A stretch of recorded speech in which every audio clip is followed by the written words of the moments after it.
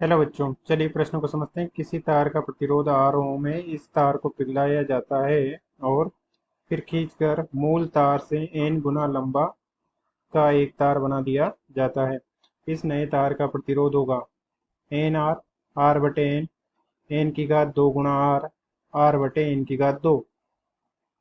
हमें बताना है कि नए तार का प्रतिरोध क्या होगा। मुख्य अवधारणा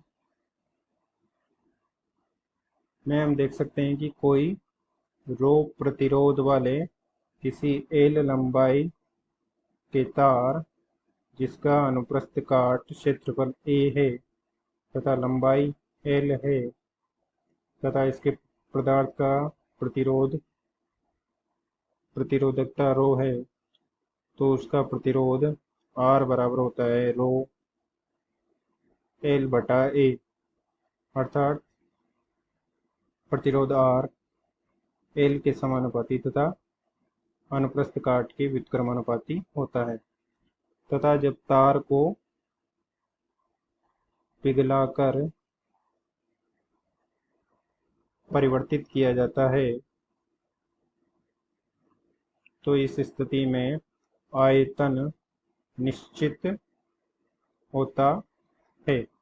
अर्थात नई स्थिति में अनुप्रस्थ काट क्षेत्रफल a डैश तथा लंबाई l डैश बराबर होगा पुरानी स्थिति में अनुप्रस्थ काट a गुणा पुरानी स्थिति की लंबाई l। अर्थात दोनों स्थितियों में आयतन v डैश बराबर होगा नई पुरानी स्थिति में आयतन v।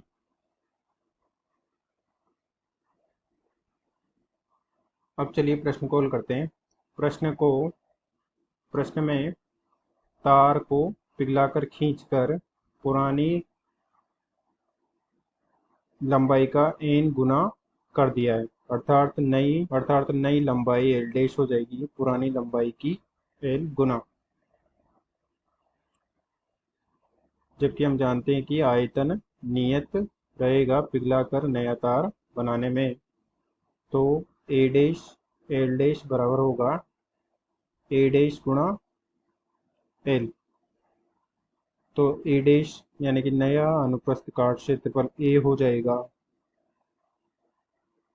पुराना अनुप्रस्थ काट क्षेत्रफल a गुणा l पुराना l तथा n गुणा l, चूंकि हो जाएगा a बटा n। तो नया प्रतिरोध हो जाएगा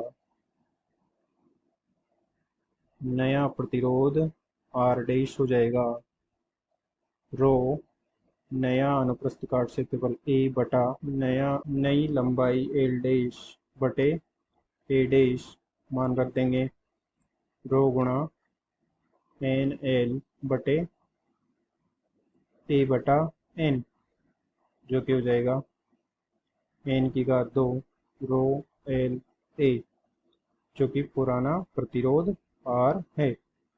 अतः नया प्रतिरोध पुराने प्रतिरोध का n की घात 2 गुना हो जाता है। अतः दिए गए प्रश्न का सही उत्तर विकल्प सी n की घात 2 गुणा R सही है। आशा करते हैं आपको समझ में आया होगा। धन्यवाद।